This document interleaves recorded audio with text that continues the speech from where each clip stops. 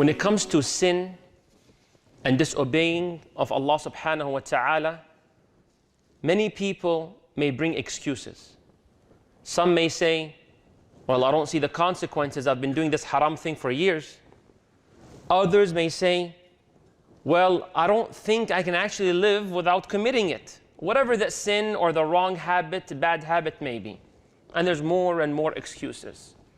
From Allah's blessings, He gave us in the Quran and the authentic hadith of the Prophet sallallahu alaihi wasallam methods to be able for you and I to avoid sin as much as we possibly can. No, makes it very strong wording. You need to believe that you can. And I will share with you some, inshallah. May Allah protect us from sayyat. We say that at the beginning of the khutbah. May Allah protect us min shururi anfusina wa min sayyiati a'malina. What does it mean? Oh Allah, protect us from the side effects of our sins. Allahu Akbar, because that's side effect. When it comes to sayyi'at and dhunub and prohibitions that some people do, may Allah forgive us all, Rasulullah sallallahu alayhi wa sallam says this beautiful hadith. He says, فَإِذَا نَهَيْتُكُمْ عَنْ شَيْءٍ فَاجْتَنِبُوهُ. If I tell you to stop something, if I tell you to quit something, then quit it. That's what he said. If I tell you to quit something, then quit it. Look at the other half, ready? And if I tell you to do something, now it's the wajib, the obligations. If I tell you to do something, فَأْتُوا مِنْهُ مَسْتَطَعْتُمْ, then do your best. Did you notice a difference? When it comes to the haram, the sayyi'at, the prohibitions, he said, if I tell you to quit, then quit. He didn't say do your best. You quit it. Done.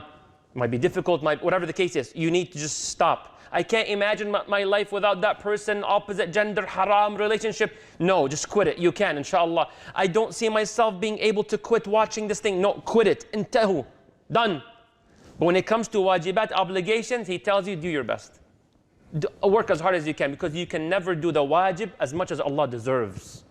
It's very difficult to have 100% khushu' and salah. Can you imagine if the Prophet told us the exact same thing, sallallahu alayhi wa sallam? When I tell you to pray 100% khushu', how many of us will repeat the salah? How many of us? This is mashaqqa, this is difficulty. But when it comes to sin, prohibition, when the Prophet sallallahu alaihi wasallam tells you quit it, you need to believe. And that's pretty much all what you need to hear. To quit it, you got to believe, I can survive. It might be a struggle, but at the end of the day, I can do it, inshallah. You have other means. Allah says in the Quran, He says, وَالَّذِينَ جَاهَدُوا فِينَا لَنَهْدِيَنَّهُمْ سُبُلَنَا وَإِنَّ اللَّهَ لَمَعَ الْمُحْسِنِينَ. So number one I shared with you is that when you hear the hadith of the Prophet ﷺ, you need to believe you can quit the sin. Khalas, that's one. Believe you can. Number two, Allah says in the Quran, those who struggle in our path, we will guide them to the right path. Some ulama say this means if you do the obligations, the wajibat, the reward of it is that Allah will protect you from the prohibitions, the haram. Allahu Akbar. I remember one time I was speaking to a brother who had a really bad habit, something that's haram. So I told him to come along to perform salah. What did he tell me? He said, when I stop the haram, I will start the salah. But that's not how it should work. Allah says in the Quran, أُتْلُ مَا أُوحِيَ إِلَيْكَ مِنَ الْكِتَابِ وَأَقِمِ الصَّلَاةِ. Allah says, establish salah. Why? What's the fruit? إِنَّ الصَّلَاةَ تَنْهَى عَنِ الْفَحْشَاءِ وَالْمُنْكَرِ. Salah pushes away any vulgar language, behavior, any filth. So you coming to salah is what will help you quit the haram. This is a trick from shaitan to you and to myself. Oh, how do you think you can show up to salah, to the masjid, when you do 1, 2, and 3? Oh, you're a munafiq and a hypocrite. How can you show up and give that sadaqah and that donation when you do such and such and such? So you're like, when I stop this, I will do that. La, to stop this, do that. Perform the salah, do the ta'at, do the good deeds. It will protect you from the haram, as Allah subhanahu wa ta'ala described. That's something for all of us to pay close attention to. It's like some people will say, for example, when it comes to working out, they say, you know what? Once I eat healthy, I will start working out. Usually, to many people, working out is what makes them start eating healthy. Because when you go on the treadmill, khalas, you're working out, and you see how many calories you burnt, 250. This is a mission. So when you go back home, you see this chocolate bar, it says 200 calories, 300, you're like, I just suffered for 45 minutes. I can't eat this chocolate. I have to watch my diet. So in many people, you working out is what makes you have a good diet, subhanAllah. It's not vice versa. You have to be close attention to that. Not just this. Rasulullah sallallahu alayhi wa sallam told you to quit it, you have to believe in yourself and believe what Allah has put in you. Number two, to stop the haram, make sure you do the wajibat, the obligations. Number three, you have to remember there's a punishment. I have to be honest. And if the reward is not working, if this is not helping, then we have to know that there's consequences to that sin. For example, when it comes to bribing people, here in North America, and Allah Ta'ala knows best, you can live your life without the need to bribe. May Allah protect us, Ya Rabbil Alameen. So Rasulullah sallallahu alayhi wa sallam says, the one who falls into bribe, الراشي والمرتشي لعنه الله. Allah's curse is on them. What does la'an mean? الطرد عن رحمة الله. You will see no mercy from Allah if you get involved into the bribing aspect and so on. This is serious stuff. So think of the punishment that may happen to that individual, to yourself or to myself when we perform the haram. You know, one of the mashayikh, subhanallah, he says, if the one thing you can think of as a consequences of watching the haram or looking at the haram is the punishment will be is that you will not see Allah in Jannah. Is that not enough of a motive to stop the haram? Allah says in the Quran, عَنْ رَبِّهِمْ يَوْمَئِذٍ لَمَحْجُوبُونَ. One of the punishments, the severest of punishment, Yawm al-Qiyamah, to the disbelievers, is that they will not see Allah. Them knowing that is so painful, perhaps nothing is equal to it, and Allah knows best. So when you see this and you're saying, you know what, I'm going to watch this, but ya akhi, the expense may be jeopardizing you seeing Allah, Rasulullah sallallahu alaihi wasallam. Is this worth it? So think of the punishment. And number four, look at people that did such a great job during such difficult times. Some of us may say, we live here in the United States, haram is very accessible. You have this store here to go to, this thing to click on and watch, this thing to buy and do so and so. Yeah, nowadays it's tough. No, let me tell you someone who had it tougher than all of us put together. Someone who had it so tough, yet he passed, inshallah. Someone Allah has put in the Quran for you and I to look up to and learn and be inspired by. And that's step number four. Look at those who struggled and how they passed. And of the greatest of examples, the ulama say from the Quran to show someone who had an opportunity of haram, yet turned it down, was none other than Yusuf alayhi salam. The story is detailed, it's long. But to summarize, Yusuf alayhi salam, to show you how easy it was to commit the haram. He was a stranger. Okay, why is that point important? When you're a stranger, no one cares much about you. When the president sneezes or he picks his nose, may Allah protect you all, forgive me, they will be on the news. He touched his nose. He did this. The way he looked, the way he walked. Oh, you see how he tripped? News, breaking news. Because he is not a stranger. He's known to the most people on earth. But when you're a stranger, you can be on the floor, whatever, jumping around, acting weird. No one will care much about you. So committing haram is a lot easier. Yusuf alayhi salam was not just a stranger. He was away from family. No mom, no dad, no brother, no sister, no one. So it makes it even easier. You going to commit the haram in Chicago or in New York is a lot easier than here because there are a lot of people that know you. Okay, not just that. He was a very handsome man. Gorgeous, as Rasulullah sallallahu alaihi wasallam explained. All of this, he was young and he was strong. Now, you go make it worse. The one who was trying to seduce him was a wonderful looking lady, the wife of the financial minister. You want to make it worse? She's the one seducing him, not him running after her. She said, Hayta lak, in the Quran, I'm all yours. You want to get it worse? She made it in a way that she locked all the doors, وَغَلَّقَتِ الْأَبْوَابِ, and she locked all the windows. No one can see, no one can hear. So the location, the age, the atmosphere, everything is set up. It doesn't get any more difficult. But look to what Yusuf alayhi salam did. Three things. May Allah allow me, Ya Rab, and allow you all to remember the three things he did. Number one, he said, Ma'adh Allah. A'udhu billah. What does it mean? I seek Allah's refuge. Yusuf alayhi salam, from the first moment he realized, I cannot do this myself. Human capacity is almost impossible. Allahu Akbar.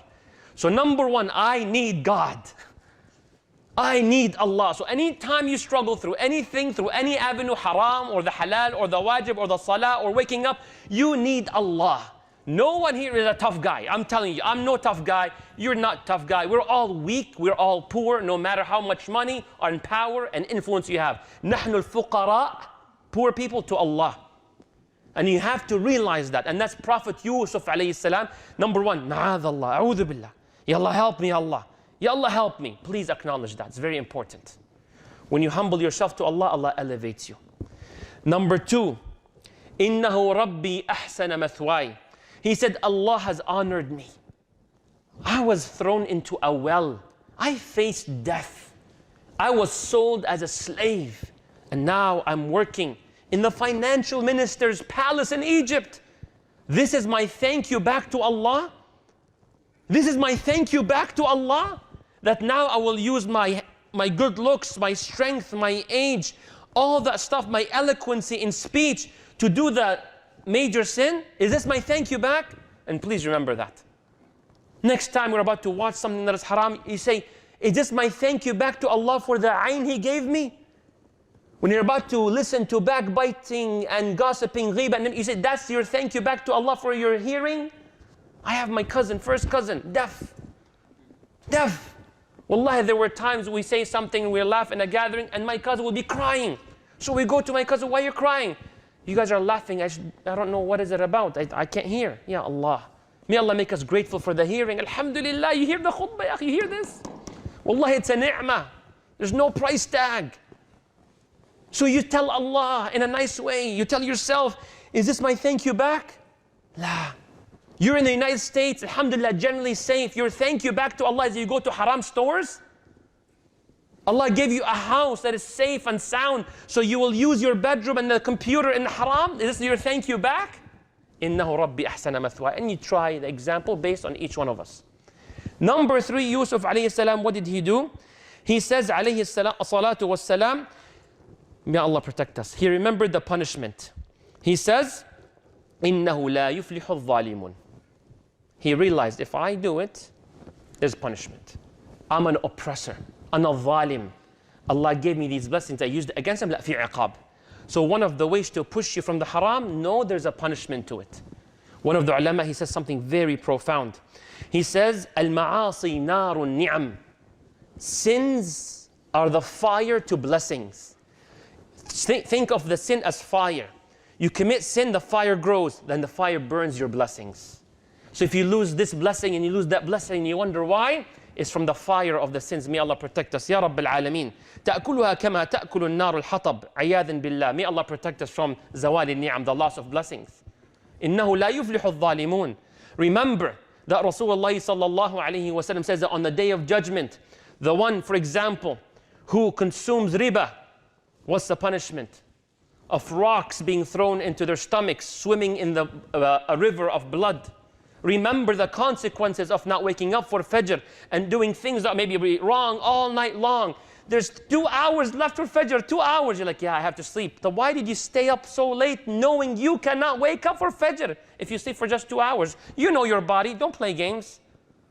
Don't play games. What's the punishment? I'll tell you. Rasulullah sallallahu alayhi wa sallam says, on Yawm al-Qiyamah, the person who misses Salah will be sleeping on like a bench. Someone with a rock will grab the rock and smash the head of the one, nama anis salah, who sleeps ignoring Salah, careless about Salah. Who cares? Not they put the alarm and they tried, like, whatever. And then the rock rolls, then the head that was crushed goes back to normal. Then the man goes, grabs the rock and does it again. Barzakh, the afterlife period before Yawm al-Qiyamah takes place. Everything has a iqab.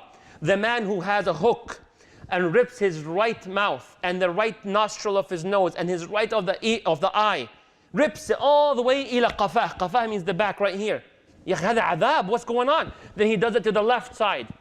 And by the time he's done the left side, the right side goes back to normal. Why? He says a lie that goes viral. Kullu lahu iqab. So think of it, if the blessings that was mentioned, the mercy that was mentioned was not moving you or moving me, then think of the punishment. إِنَّهُ لَا يُفْلِحُ الظَّالِمُونَ. And right away, what did he do, Yusuf alayhi salam? He says these things and then he ran, and that's what you need to do. There's a fitna, that's another step here. There's a fitna, run from it. Don't walk away, run away from it. Because you're strong. At the beginning of the sin, as it's approaching, you know very well it's coming. You feel it. You know every time you surf the web at this time, at that way, in your bed, or whatever the case may be, or at work, anytime something like that happens, you know it's coming. So you have control. So use your control before you lose it later on. And you know at one point, khalas, you lose control. May Allah forgive us.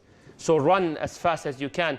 May Allah forgive us. Ameen Rabbil Alameen. We pray to Allah subhanahu wa ta'ala to allow us to realize that we can always go back to Allah.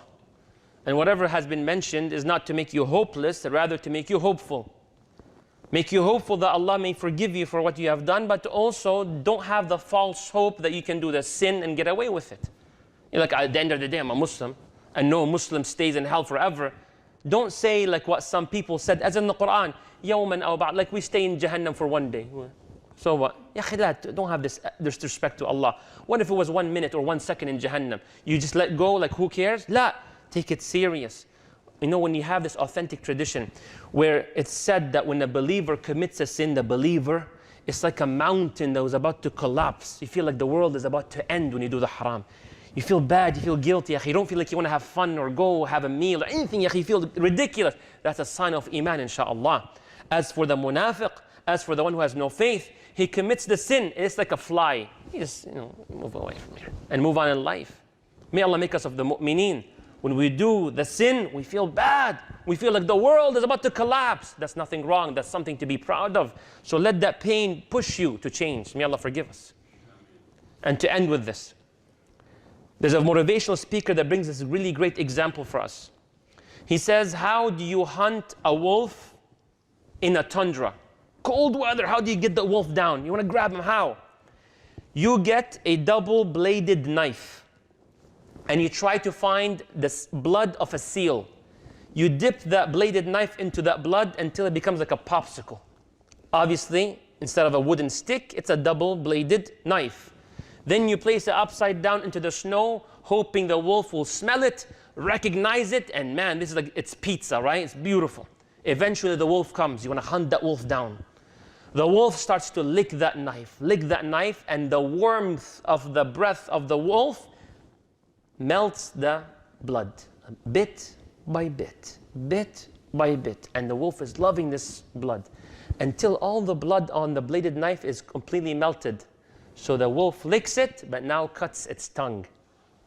But there's fresh blood that is so warm, so the wolf is even more excited. Oh, this is warm blood, beautiful. Keeps licking until it dies. What's the point here? Many people, they focus on the pleasure and they forget the pain. Don't focus on the pleasure for 5 minutes, ya akhi. 10 minutes, 15 hour, a year, and you forget the pain of Allah knows how many, a decade, 10 sanawat, 10 years. Ya akhi, forget the dunya, even imagine the akhirah. So don't focus on the pleasure and forget the pain. When it comes to sins, when it comes to sayyi'at, focus on the pain and forget the pleasure. When it comes to hasanat and wajibat and obligations, forget the pain. Focus on the pleasure and the reward of Allah subhanahu wa ta'ala.